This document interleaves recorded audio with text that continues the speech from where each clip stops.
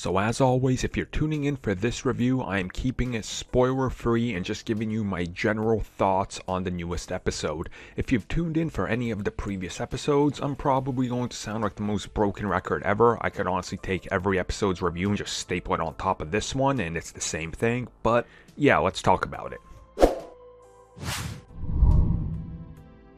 So with all the revelations in the last episode on what exactly is happening on the outside, this episode expects you to have seen that. If you're one of the people that said, well, let me know when the series gets to the more interesting stuff, I'll just skip the first couple episodes. No. You need to watch it all. You need to be tuned into what's happening because this episode, like the previous episode, expects for you to have seen everything, know what's happening, know all the little inner workings, Easter eggs, and things that they're pulling from, and also what's happening on the outside, and expects you to be aware of all the strange things that are going on now, and to look for these clues as Wanda is also looking for things that are changing around her. So with that in mind, the things that have changed is obviously they have kids now.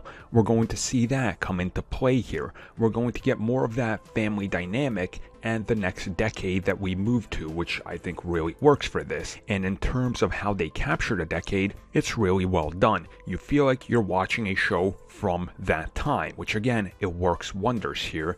And we start to layer more and more on top of everything because now we know what's happening on the outside. We know that they're aware of it, but we also know that on the inside, things are looking rather weird and we're starting to build some suspicion on some of the things that are happening on the inside, and the show plays with that again. And there's a couple things and moments in this episode where you get the sense that over the next 2 episodes, things are going to start exponentially speeding up towards that conclusion. And I think after last week's episode, some people will look at this episode as more of a filler. For better or for worse, it's really going to depend on what you like more. Well, I mean, like the previous episodes, we're still going to be digging deep into it.